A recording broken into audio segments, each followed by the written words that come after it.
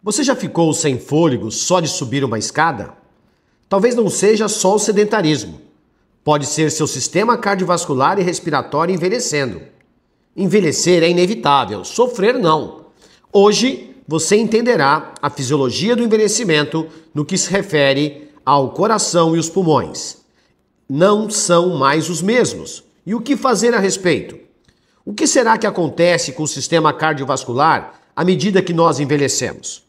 O sistema cardiovascular é profundamente afetado pelo processo de envelhecimento, tanto estrutural quanto funcionalmente. Mesmo em indivíduos saudáveis, diversas alterações fisiológicas se instalam com o passar das décadas. Olá pessoal, tudo bem? Professor Rogério Lucena, e hoje vamos dar andamento ao terceiro episódio da série sobre envelhecimento.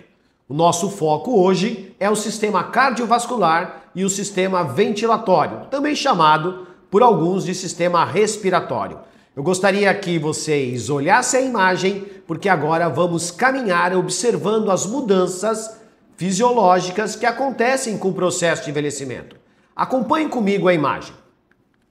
Quando nós olhamos para as artérias do corpo, nós observamos um enrijecimento arterial progressivo, até porque a elastina presente nas artérias é progressivamente degradada e substituída por colágeno menos distensível. Isso acaba aumentando a rigidez da artéria, especialmente da aorta e suas grandes ramificações. Além disso, a formação de placas de gordura na íntima do vaso aumentam essa rigidez. A consequência direta é o aumento da pressão sistólica, isso é, aquela pressão maior quando o coração contrai, e da pós-carga ventricular esquerda. O que é pós-carga? Pós-carga é a resistência que o sangue encontra ao escoar de dentro do vaso. Além disso, é observado uma hipertrofia ventricular esquerda fisiológica. O aumento da pós-carga, isso é, o aumento dessa resistência do sangue sair do coração, promove um espessamento na parede do ventrículo esquerdo, como forma de compensação. Essa hipertrofia ventricular esquerda concêntrica reduz a complacência ventricular. Complacência é o espaço interno do coração e compromete o enchimento diastólico, quando o coração está enchendo de sangue para realizar uma nova contração. Isso predispõe à insuficiência cardíaca e a fração de ejeção, que é a quantidade de sangue que sai do coração, ainda é preservada, algo muito comum em idosos. Além disso, nós observamos uma redução da sensibilidade dos baroreceptores.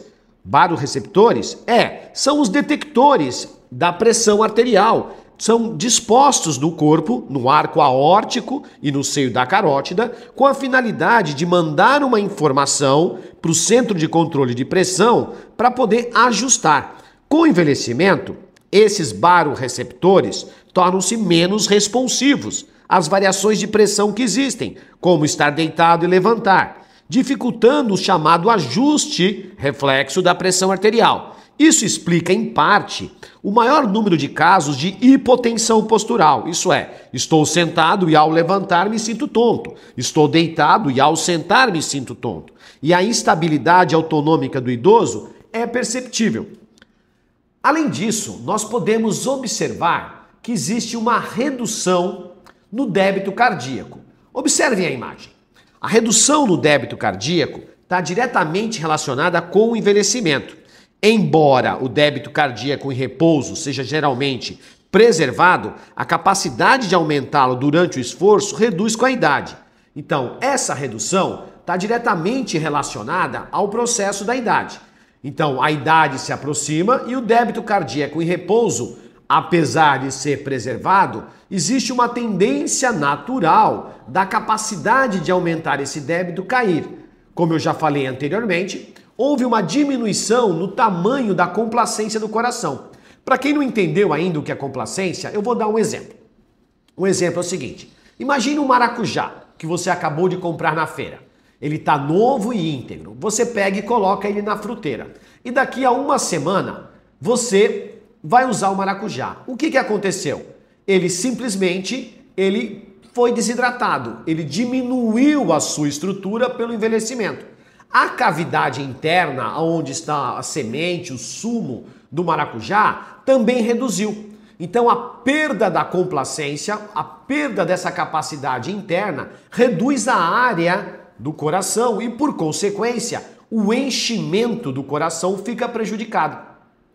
Além disso, como essa capacidade de aumentar o débito durante o envelhecimento, durante o esforço, diminuiu, a resposta do coração também diminui, que é chamada de resposta adrenérgica do receptor beta-1, que é o receptor excitatório do coração, é reduzida, devido à redução dessa sensibilidade desses receptores. Tanto é que, a título de cálculo, a nossa frequência cardíaca diminui em média de 1 batimento a 0,8 de batimento ao ano, em função da perda progressiva da sensibilidade do receptor beta-1, que está envolvido em excitar o músculo cardíaco. Mas temos mais reduções também com o envelhecimento. A frequência cardíaca máxima é limitada. Então a frequência cardíaca máxima acaba sofrendo essa queda em função da alteração lá no nó sinoatrial, que é o local onde o sinal elétrico é gerado, até mesmo porque ele vai dessensibilizando, assim como o beta-1. E por último, não menos importante, a contratilidade miocárdica sob estresse diminui. O coração perde a capacidade de produzir uma força de contração adequada ao estímulo que está sendo solicitado. E isso naturalmente promove um envelhecimento no processo. Pois bem, se até aqui você esteve comigo, se você já entendeu o que o envelhecimento promove no coração, deixe seu like, deixe seu joinha aí, faça seu comentário aqui no canal, se inscreve, manda esse vídeo para outras pessoas que precisam dessa informação sobre o envelhecimento. Agora nós vamos olhar para o sistema ventilatório. Dá uma olhada no sistema ventilatório e o que acontece com esse sistema. O sistema ventilatório, ele apresenta uma redução da complacência pulmonar. Complacência pulmonar? Exatamente aquilo que eu expliquei sobre o maracujá, o exemplo da cavidade cardíaca. Os pulmões não são diferentes e eles perdem essa capacidade de armazenar o ar. Então a complacência do sistema ventilatório é comprometida. Além disso, após o aumento do colágeno e a perda das fibras elásticas, resultando na redução da complacência pulmonar, acontece também um declínio da força do músculo respiratório. O diafragma e os músculos intercostais perdem massa e força com o tempo, especialmente em indivíduos que são sedentários e idosos. Essa perda de massa muscular, essa sarcopenia respiratória, é um fator de risco para a fadiga do sistema ventilatório e para maior retenção de CO2 dentro dos pulmões. Não obstante, nós temos uma terceira situação, que é a diminuição da troca gasosa em virtude da redução da área. A superfície alveolar, os alvéolos são as estruturas que estão em íntimo contato com o sistema cardiovascular. A superfície dos alvéolos que estão nesse contato, ela é reduzida por destruição gradual dos septos alveolares e o aumento do espaço morto fisiológico.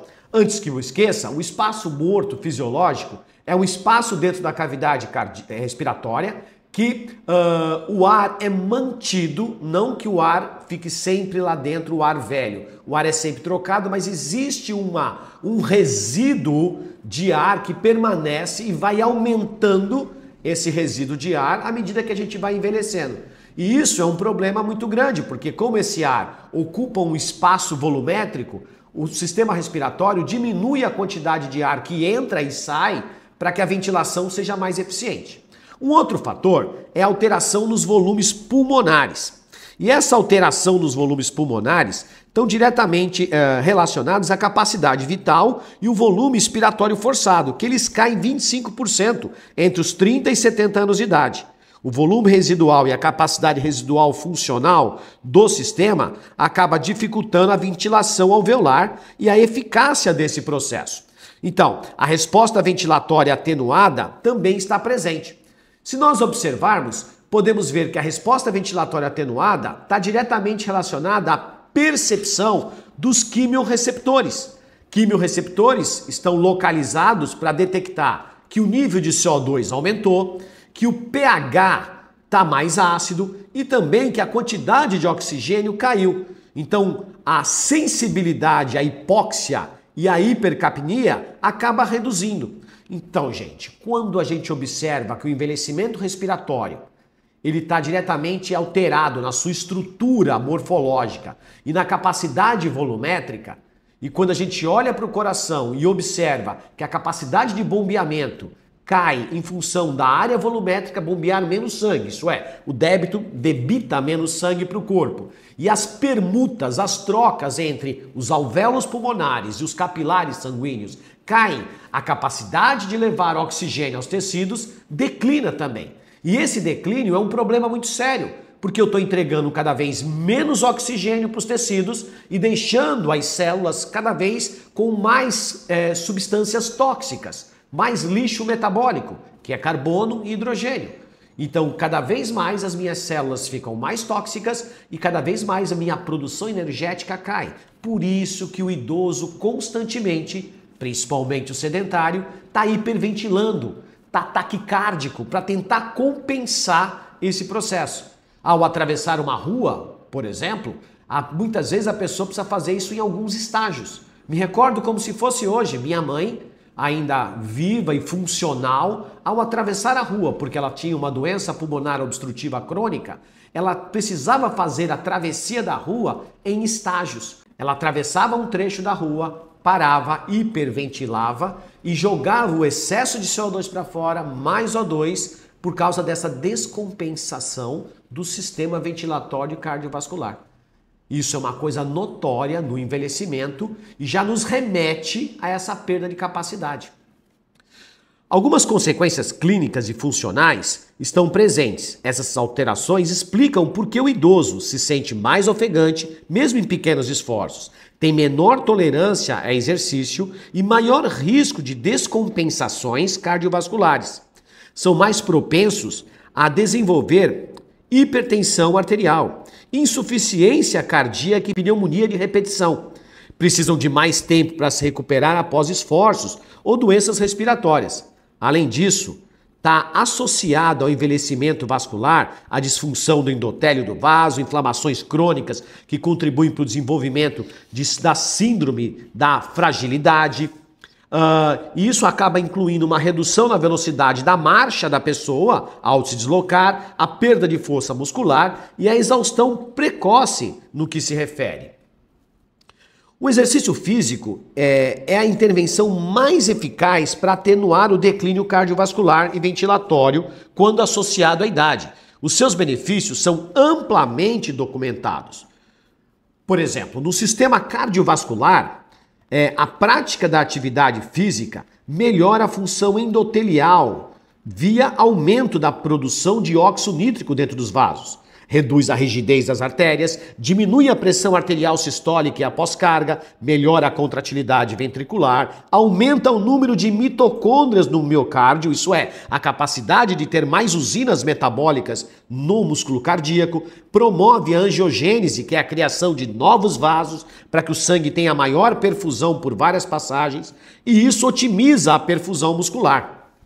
Já no sistema ventilatório, a gente pode observar o fortalecimento dos músculos respiratórios, o aumento da ventilação minuto, que é a quantidade de sangue inspirada e expirada por minuto, a eficiência da troca gasosa, a melhora daquele espaço da complacência torácica e o padrão ventilatório, a redução de inflamações pulmonares crônicas em indivíduos com doença pulmonar obstrutiva crônica, o DPOC, a mesma doença que minha mãe possuía quando estava viva.